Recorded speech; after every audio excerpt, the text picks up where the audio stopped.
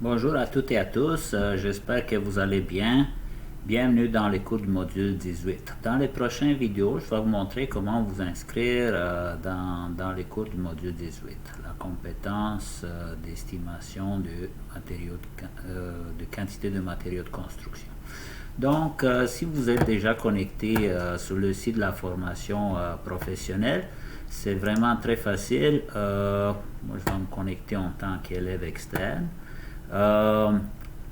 Vous allez sur notre belle école, l'école de métier du sud-ouest de Montréal, dans le département d'arpentage et topographie, et vous allez chercher la compétence 18 qui est l'estimation de quantité de matériaux.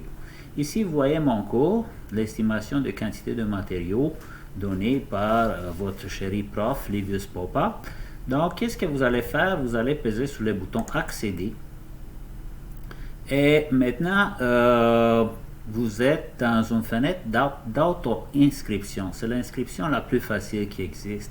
Tout ce que vous avez à faire, c'est peser sur le bouton m'inscrire. Donc, voici, je suis inscrit au cours de estimation de quantité de matériaux. Bon, comment ça fonctionne? Pour la partie théorique, on peut presque tout faire en ligne. C'est sûr que je vais être là pour vous assister. Je vais répondre à vos questions, soit dans les forums, c'est la méthode que je préfère, soit on va faire des conférences par Zoom et je vais répondre à vos questions spécifiques. Comment il est fait les cours? Si vous regardez ici, j'ai des sections en bleu. Donc, si vous cliquez dessus, vous pouvez rentrer dedans. Vous avez aussi une courte description de qu'est-ce qui se trouve dans la section. Vous voyez ici en vert. Donc, dans chaque section, vous avez le nom de la section, puis les contenus de la section. Vous ne voyez pas tout ce qui est dedans, sauf si vous pesez sur le titre de la section. OK? Donc, vous voyez ici, si je pesais sur la section introduction, il y a plein d'affaires qui sont dedans. OK? Maintenant, vous remarquez qu'à côté de chaque activité, il y a comme un cocher vert. Ça veut dire que l'activité est terminée ou pas terminée. Donc, comme par exemple, là, cette activité, c'est une étiquette, c'est juste qu'il faut faire la lecture pour s'assurer qu'on a bien compris. L'estimation est une approximation. Okay? Donc, je fais la lecture, je les coche. Okay? C'est bon, il est fait. Okay? Maintenant, par exemple, les notions introductives, c'est une page web, je dois l'afficher pour qu'elle le lire, bien sûr, pour que l'activité s'affiche comme faite.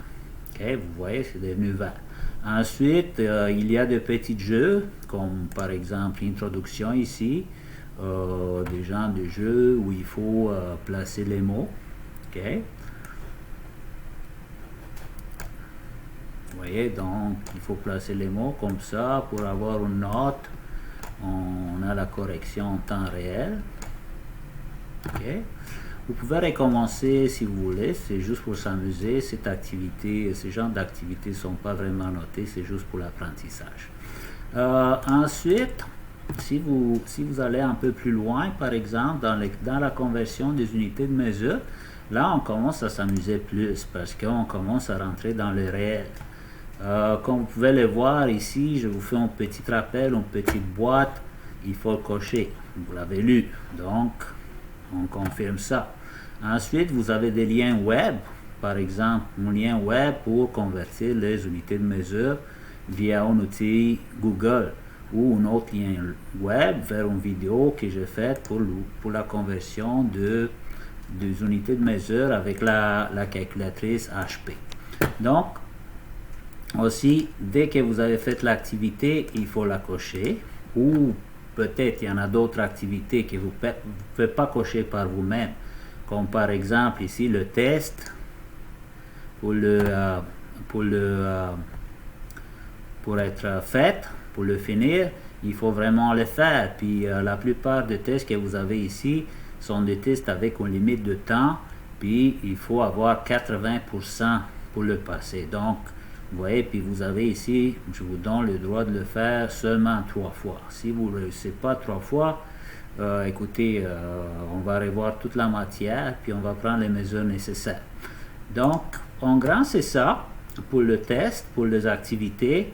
Si vous allez dans l'onglet, dans la section calculer, estimer de volume, vous allez voir, il y a beaucoup de sections ici. Ça fonctionne pareil comme les autres. Il y en a certains qu'il faut cocher par soi-même, il y en a d'autres qu'il faut les afficher si on veut que ça devienne vert. Il y en a des tests aussi qu'il faut faire. Il y a des documents que j'ai mis comme exemple de calcul. Puis, si on descend plus bas ici, j'ai fait une petite vidéo pour ceux et celles qui travaillent avec leur ordinateur personnel à la maison, comment installer le gabarit, les bons gabarits sur leur poste personnel.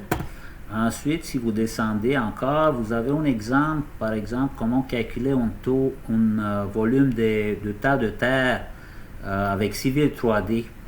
J'ai donné toutes les instructions vidéo, l'exemple en fait, mais j'aimerais que vous le faites par vous-même pour l'apprentissage.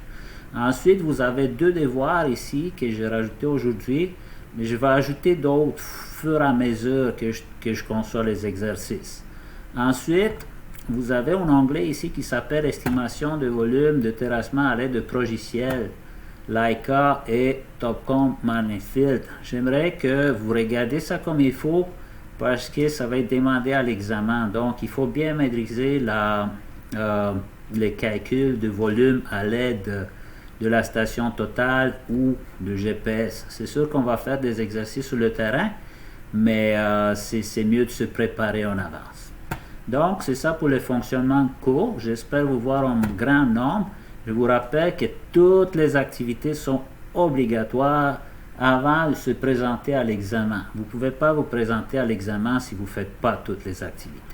Merci à tous et à toutes de m'avoir écouté. J'espère se revoir bientôt.